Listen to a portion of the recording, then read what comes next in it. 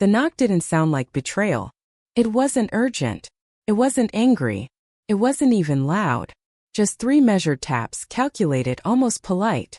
The kind of knock that expects to be welcomed. That's what made it dangerous. Dorothy Harper didn't know that yet.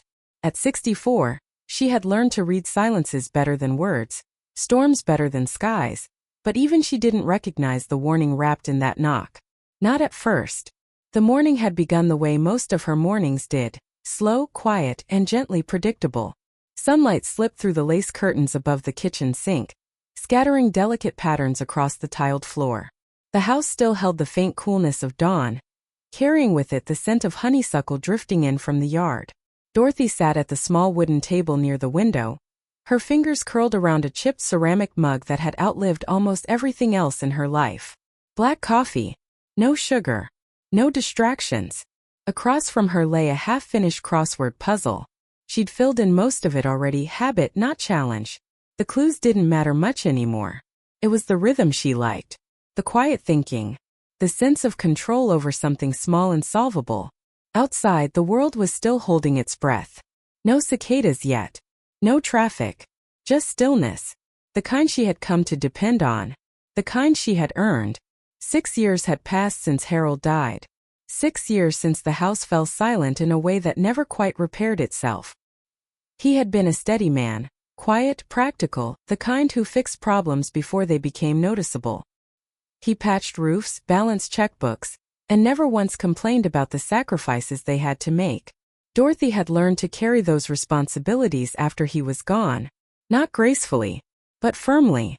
This house, the modest Nashville home with aging paint and stubborn plumbing, was more than shelter. It was proof. Proof that she had endured, that she had managed, that she had survived. The knock came just as she reached for her pen again. 3 taps. Measured. Certain. Dorothy paused. Her first instinct wasn't fear. It was confusion. No one came by unannounced anymore. Not neighbors. Not friends.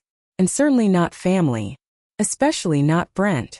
She stood slowly, her knees protesting the movement the way they always did after mornings spent gardening. By the time she reached the front door, the second realization had already begun to settle in her chest. If it was Brent, something was wrong. She opened the door, and there he was, smiling. Too much. Too polished. Too practiced. Mom. His voice was warm, carefully warm. In his hand he held a paper bag from a downtown bakery, the expensive one she had once mentioned liking years ago. As if memory could substitute for presence. As if gestures could replace absence. Behind him stood Melanie, perfectly dressed, perfectly composed. Sunglasses perched on her head like an accessory meant to signal importance rather than block sunlight. She gave a small wave. Not quite friendly. Not quite distant. Just enough to pass as polite. Dorothy didn't smile. But she stepped aside. Because that's what mothers do. Even when something feels wrong. I already made breakfast, she said, her voice steady, neutral. Brent stepped inside anyway. That's okay, he replied smoothly. We thought we'd surprise you. Dorothy noticed that. Melanie had already moved ahead, her eyes scanning the living room, not casually but deliberately. Taking inventory, measuring, judging. It wasn't subtle, and it wasn't kind. Dorothy closed the door behind them, her hand lingering on the knob for just a moment longer than necessary. Something had shifted. The air felt heavier now, thicker. Like the house itself was aware that something unwelcome had crossed its threshold. They gathered in the living room. Dorothy settled into her recliner, the same one Harold used to sit in every evening. Brent remained standing for a moment before finally lowering himself onto the couch. Melanie sat beside him, legs crossed, posture perfect, phone resting lightly in her hand. Waiting. Watching. So, Dorothy began, folding her hands in her lap. What brings you here? Brent leaned forward immediately. Too quickly. Like a man who had rehearsed this moment. We found it, Mom. Dorothy blinked once. Found what? The house, Melanie said, her voice smooth and controlled. In Charleston. She said it like a reveal. Like a reward.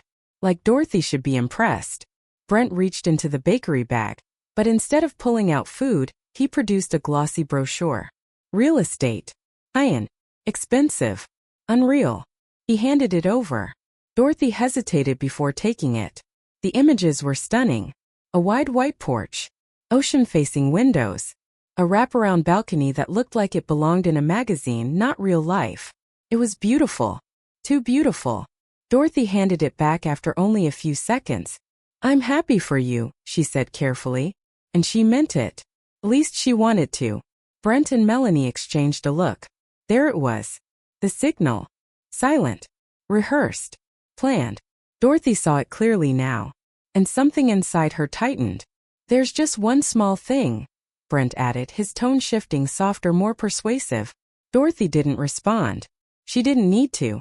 She already knew. "We need a cosigner." The words landed quietly, but their weight was immediate. Heavy. Irreversible. Dorothy stared at him. "A cosigner? It's just a formality," Melanie said quickly.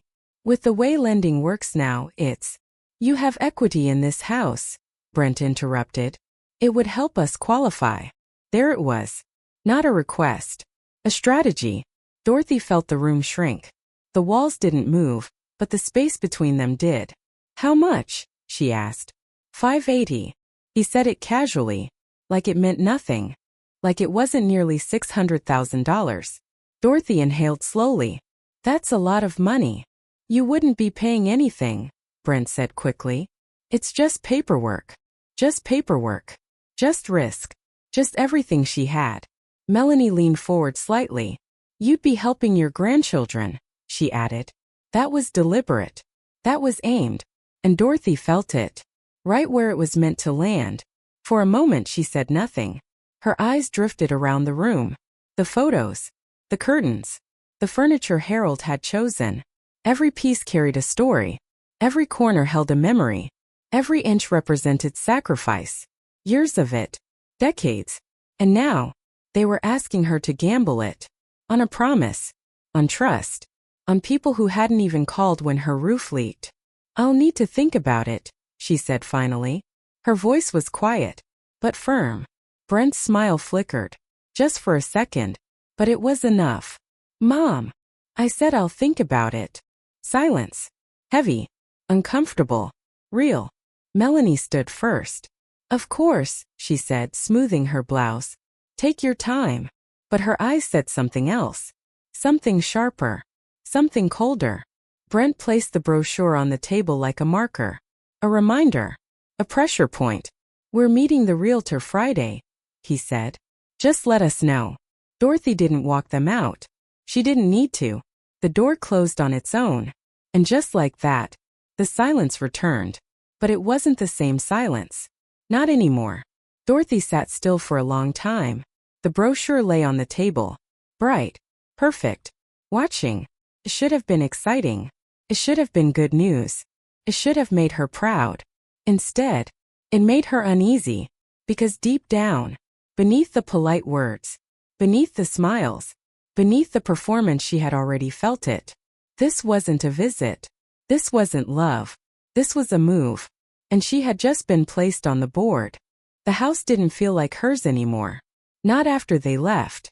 Dorothy sat exactly where she had been when Brent placed that glossy brochure on the table, but something invisible had shifted, like a hairline crack in glass that hadn't shattered yet, but would. The silence pressed indifferently now. Heavier. Suspicious. She reached for the brochure again. Slowly this time.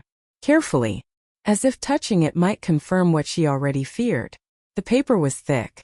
Expensive. Smooth beneath her fingertips. The images inside were flawless. Sunlight spilling across polished floors. Ocean waves frozen mid-motion like something eternal and untouched by consequence. It wasn't just a house. It was a performance. A life curated to look effortless. A life she knew, deep in her bones, they hadn't earned.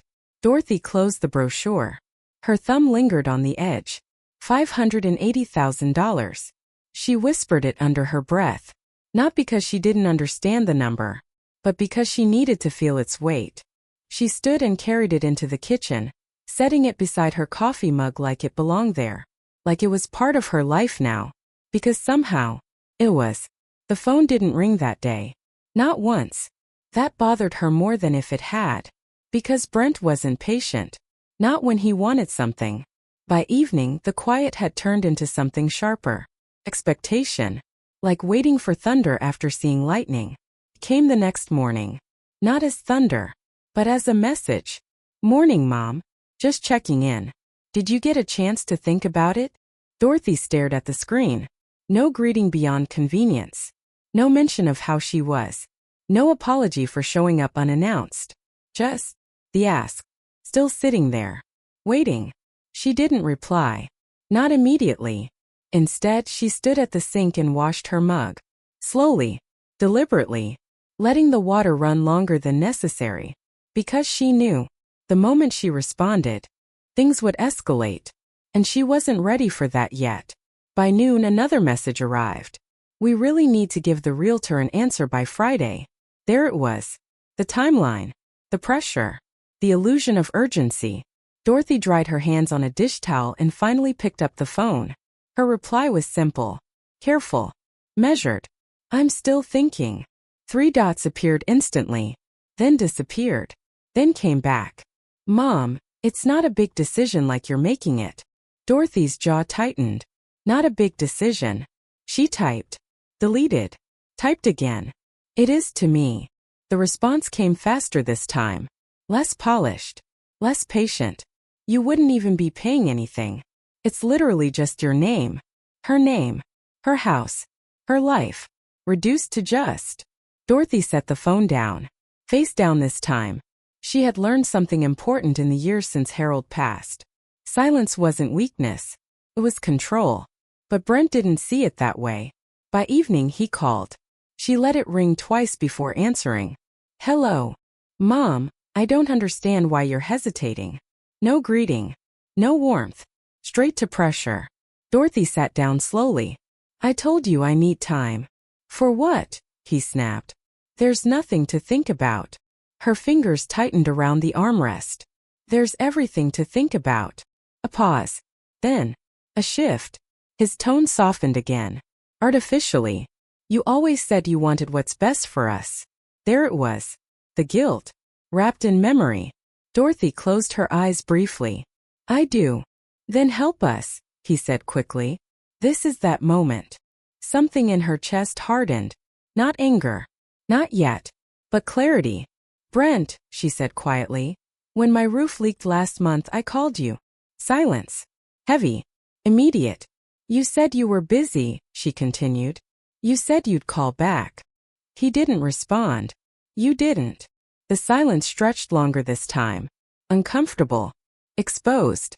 That's different, he muttered. Dorothy opened her eyes. No, she said. It's not. Another pause. Then the warmth disappeared completely. You're being difficult, he said flatly. There it was. The first crack. Dorothy didn't raise her voice. Didn't argue. Didn't defend. I'm being careful. He exhaled sharply. You're overthinking this. No, she said. I'm thinking exactly the right amount. The call ended shortly after. Not with resolution. Not with understanding. But with something much more telling. Frustration. Dorothy sat in the quiet again. But this time, she wasn't unsettled. She was certain. Something wasn't right. And it wasn't just the money. It was the urgency. The rehearsed smiles. The way Melanie had scanned the house like it was already collateral. And Brent. Brent had never been patient. But he had also never been this calculated. That night, Dorothy didn't sleep well. Her mind kept replaying small moments. Details she had almost ignored. The way Brent didn't sit until he was ready to speak. The glance between him and Melanie. The way the word formality had been used like a shield. By morning, her unease had turned into something stronger. Instinct. And Dorothy Harper had learned the hard way that instinct was rarely wrong. So she did something she hadn't done in years. She asked for help. Caroline answered on the second ring. Dorothy? Everything okay? Caroline had worked in banking for over 2 decades. If anyone understood mortgages, it was her. I need to ask you something, Dorothy said. Her voice was steady, but underneath it, there was steel. Of course, Caroline replied. Dorothy took a breath. If someone asks you to co-sign a mortgage, what are you actually agreeing to? There was no hesitation. No sugarcoating. You're agreeing to be responsible for the entire loan, Caroline said plainly. If they don't pay, you do. Dorothy closed her eyes. There it was. Out loud. Real. Even if it's just a formality? She asked quietly. Caroline let out a short, humorless laugh. There's no such thing as just a formality in lending. Dorothy felt something settle inside her. A final piece clicking into place. Why? Caroline asked. Who's asking? Dorothy looked at the brochure on the table. At the perfect house. At the perfect lie. My son, she said. Silence. Then, careful concern. Dorothy. Don't sign anything until I look at it. Not a single page. I won't, she said. And for the first time since that knock. She meant it completely. That afternoon Brent texted again. Realtor is asking for confirmation. We need to move. Dorothy stared at the message. Then typed something she hadn't planned to say so soon. I need to see all the financial details first. The response didn't come immediately this time. When it did, it was different. Why? Just one word. But it told her everything. Dorothy leaned back in her chair. A slow, quiet realization settling in. They hadn't expected questions. They had expected compliance. And now, for the first time, the plan was starting to crack. Dorothy didn't expect the silence. After her message, I need to see all the financial details first. She had braced herself for pushback. Deflection. Persuasion. Maybe even anger. But not silence. Hours passed. Morning turned into afternoon. Then into that quiet golden hour when sunlight softened everything it touched. Still nothing. That told her more than any argument could. Because Brent had never been silent when he was in control. Dorothy sat at the kitchen table, her fingers resting lightly on her phone, watching the screen as if it might reveal something hidden beneath the surface. Her instincts had sharpened overnight. What once felt like unease had now hardened into awareness. This wasn't just pressure. This was strategy. And strategies fail when questioned. The reply finally came just before sunset. We already told you everything you need to know. Dorothy read it twice. Then a third time. No details. No documents. No reassurance. Just resistance. She typed carefully. Then it shouldn't be a problem to show me. This time the response came faster. Sharper. Mom, you're making this harder than it needs to be. Dorothy didn't feel anger. Not yet. She felt confirmation. Because people who have nothing to hide don't avoid simple questions. She didn't reply again. Not that night. Instead, she did something Brent wasn't expecting. She prepared.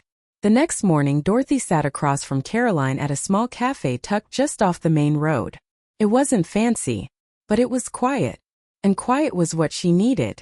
Caroline slid her glasses up the bridge of her nose as she reviewed the few details Dorothy had managed to gather. Do you have any paperwork at all? She asked. Dorothy shook her head. No. Just what they told me. Caroline leaned back slightly, her expression tightening.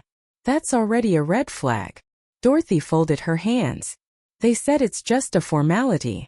Caroline let out a slow breath. Dorothy. People don't ask for co-signers when everything is fine. The words landed with weight. They ask when something doesn't qualify. Dorothy's chest tightened slightly.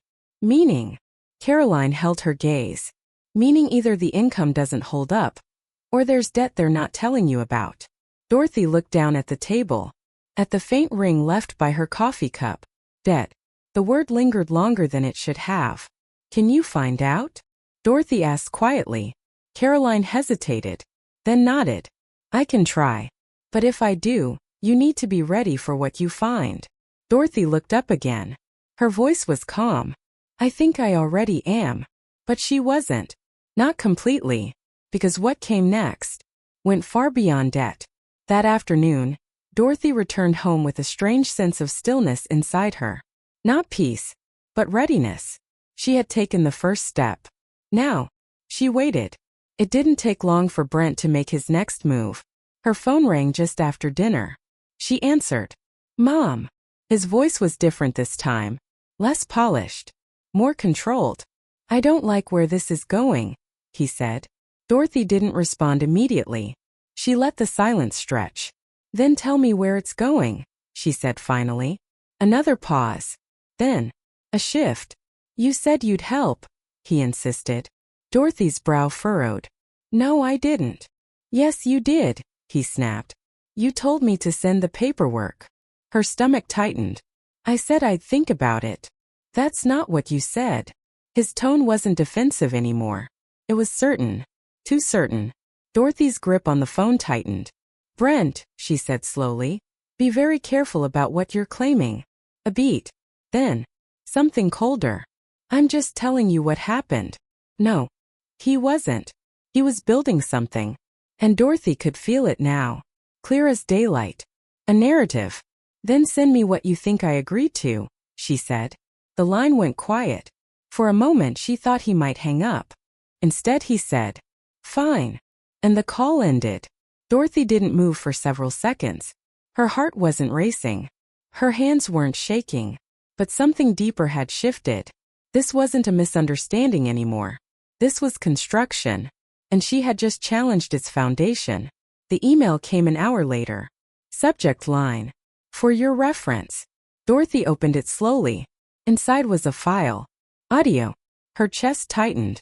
She clicked play. "Of course I'll help you, sweetheart. Just send over the paperwork." Dorothy froze. It was her voice.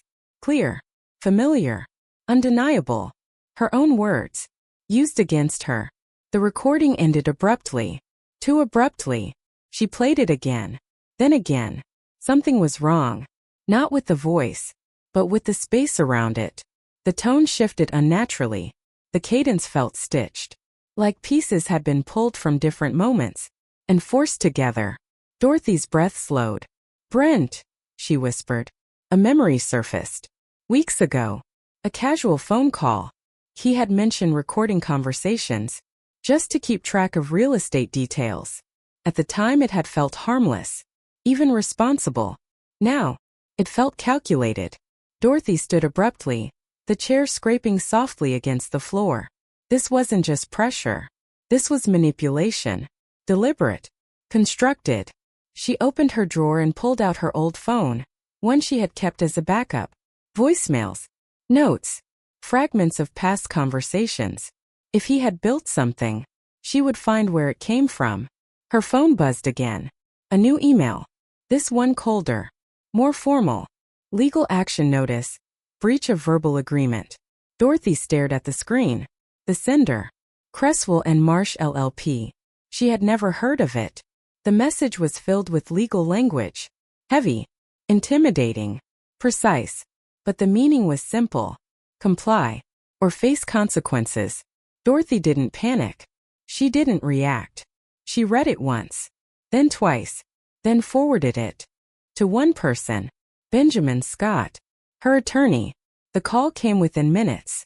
"Dorothy," he said, his tone already sharp. "Do not respond to that email." She exhaled slowly. "I wasn't planning to." "Good," he said. "Because that firm doesn't exist." Silence. Dorothy closed her eyes. "So it's fake." "It's more than fake," Benjamin said. "It's fraud. Intimidation. Possibly criminal." Her grip tightened on the phone. "My son sent it." Benjamin didn't hesitate. "That's my assumption." Dorothy walked slowly into the living room, her eyes landing on the framed photo of Brent as a child. Smiling. Innocent. Trusting. Gone. "They're trying to scare me," she said quietly. "They're trying to control you," Benjamin corrected. Dorothy nodded. And for the first time, she felt it clearly. Not fear, but anger. Cold. Focused. Earned. "What do I do?" she asked. Benjamin's voice steadied. "You document everything." Dorothy looked at the brochure. The messages.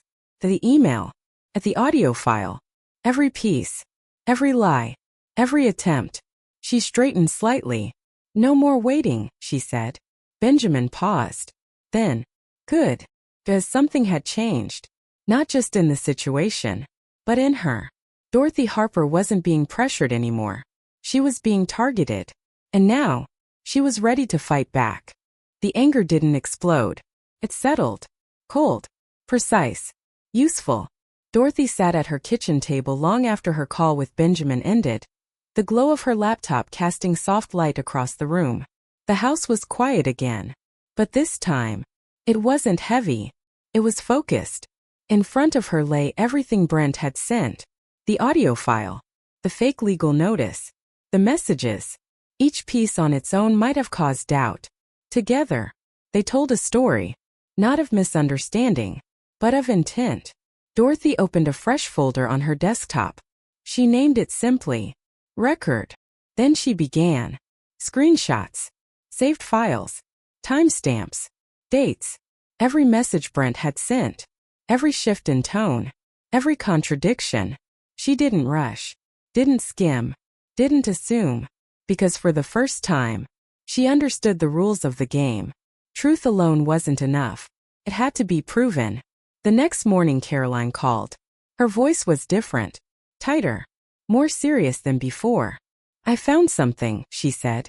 Dorothy straightened in her chair. How bad? She asked. A pause. Then, worse than I expected. Dorothy didn't speak. She waited.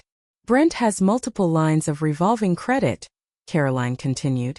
3 major cards maxed out. Dorothy closed her eyes briefly. How much? Just over $78,000. The number hit hard. Not because of its size, but because of what it meant. He had lied. He also has a recent bankruptcy filing, Caroline added. It's not widely visible yet, but it's there.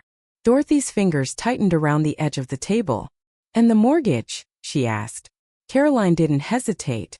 It was never going to be approved without a cosigner, she said. Not even close. There it was. Not a formality. A necessity. Dorothy exhaled slowly. He told me everything was fine, she said. I know, Caroline replied gently. The kindness in her voice almost broke something in Dorothy. But it didn't. Because the truth was stronger than the hurt now. Thank you, Dorothy said. When the call ended, she didn't move for a long time. $78,000. Bankruptcy. Rejection. And still. He had come to her door smiling. Still. He had called it nothing. Dorothy stood and walked into the living room. Her gaze landed on the photo of Brent again. This time, she didn't hesitate. She picked it up, looked at it once, then placed it face down. Not out of anger, but out of clarity. The man in that photo no longer existed. And pretending he did would only cost her everything. That afternoon there was a knock at the door. Dorothy opened it to find Gloria standing there. Her expression unusually serious. I think you need to see this, Gloria said, holding up her phone. Dorothy stepped aside. They moved into the kitchen, where Gloria began scrolling through a series of images. Recognize him? She asked. Dorothy leaned closer.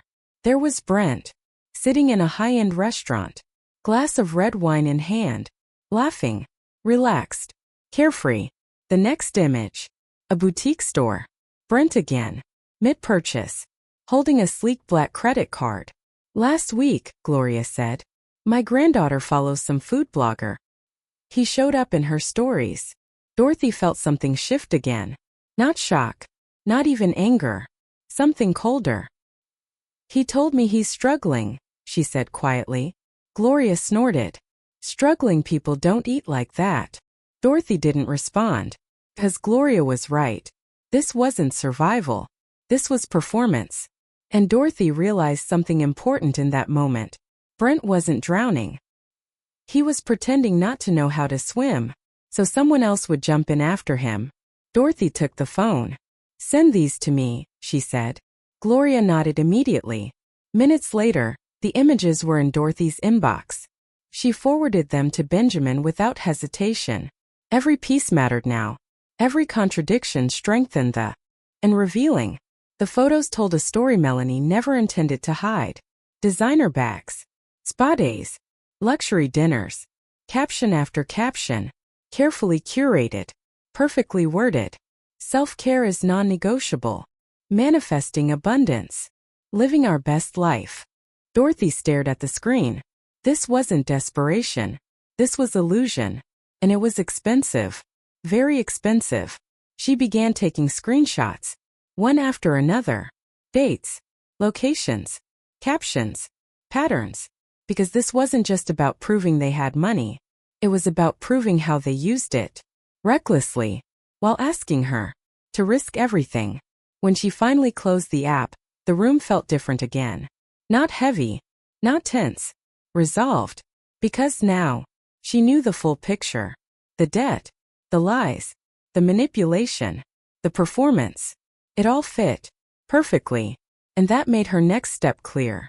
The following morning, Dorothy sat across from Benjamin in his office. Folders lined the table between them. Printed emails. Screenshots. Financial summaries. Evidence. Benjamin reviewed everything carefully, his expression growing sharper with each page. "This is stronger than I expected," he said finally. Dorothy leaned back slightly. "Strong enough?" she asked. Benjamin met her eyes. "Strong enough to stop him," he said. A pause. Then, "Strong enough to go further if we need to." Dorothy nodded slowly. "I want everything documented," she said. "Every message. Every lie." "You'll have it," Benjamin replied. She hesitated for just a moment, then added, "And I want a cease and desist letter sent." Benjamin raised an eyebrow slightly. "To both of them?" Dorothy didn't hesitate. "Yes." Her voice didn't shake, didn't waver, because something fundamental had changed. She wasn't hoping Brent would come to his senses anymore. She wasn't waiting for an apology. She wasn't trying to preserve something that no longer existed. She was protecting herself. Finally. And as she stood to leave, Benjamin said something that lingered with her long after she walked out the door. "You're not just defending yourself anymore," he said. Dorothy paused. "You're taking control of the outcome." Outside, the air felt different. Lighter. Clearer. For weeks, everything had felt uncertain. Unsteady. Reactive. But now, there was direction. There was purpose. And most importantly, there was truth. And the truth was finally on her side. The courthouse didn't intimidate Dorothy. Surprised her. She had expected something colder. More severe. But instead it felt still. Measured. Like a place where noise came to be sorted into truth. Her heels tapped softly against the polished floor as she walked beside Benjamin. Each step steady. Intentional. Gloria followed just behind, her presence quiet but grounding. Dorothy didn't look back. She didn't need to. Everything behind her, the doubt, the confusion, the hesitation, had already been left at the door. Inside the courtroom, Brent was already seated. For a moment, just a moment, Dorothy saw him not as the man he had become, but as the boy he once was. Then he looked up, and the illusion disappeared. There was no warmth in his eyes, no regret, no recognition, only calculation. Dorothy took her seat, and just like that, they were no longer mother and son. They were opposing sides. The judge entered promptly. No theatrics, no delay, just authority. "Mr. Brent Harper versus Ms. Dorothy Harper," he began, his voice firm and even. "Proceed." Brent's attorney stood first. Young. Confident. A little too eager. "My client acted in good faith," he began. He relied on a verbal commitment made by his mother. A commitment that influenced financial decisions, deposits, and future planning. When that commitment was withdrawn, it resulted in significant personal and financial harm. The courthouse didn't intimidate Dorothy. Surprised her. She had expected something colder. More severe. But instead it felt still. Measured. Like a place where noise came to be sorted into truth. Her heels tapped softly against the polished floor as she walked beside Benjamin. Each step steady. Intentional. Gloria followed just behind, her presence quiet but grounding. Dorothy didn't look back. She didn't need to. Everything behind her, the doubt, the confusion, the hesitation, had already been left at the door. Inside the courtroom, Brent was already seated. For a moment, just a moment, Dorothy saw him not as the man he had become, but as the boy he once was. Then he looked up, and the illusion disappeared. There was no warmth in his eyes. No regret. No recognition. Only calculation. Dorothy took her seat. And just like that, they were no longer mother and son. They were opposing sides. The judge entered promptly. No theatrics. No delay. Just authority. Mr. Brent Harper versus Ms. Dorothy Harper, he began, his voice firm and even. Proceed. Brent's attorney stood first. Young. Confident. A little too eager. My client acted in good faith, he began. He relied on a verbal commitment made by his mother. A commitment that influenced financial decisions, deposits, and future planning. When that commitment was withdrawn, it resulted in significant personal and financial harm. Dorothy listened. Calm. Still. Because she knew. Claims weren't proof. Brent was called to the stand. He performed well. That was the unsettling part. His voice wavered at the right moments. His expression softened when needed. He spoke of trust. Of family.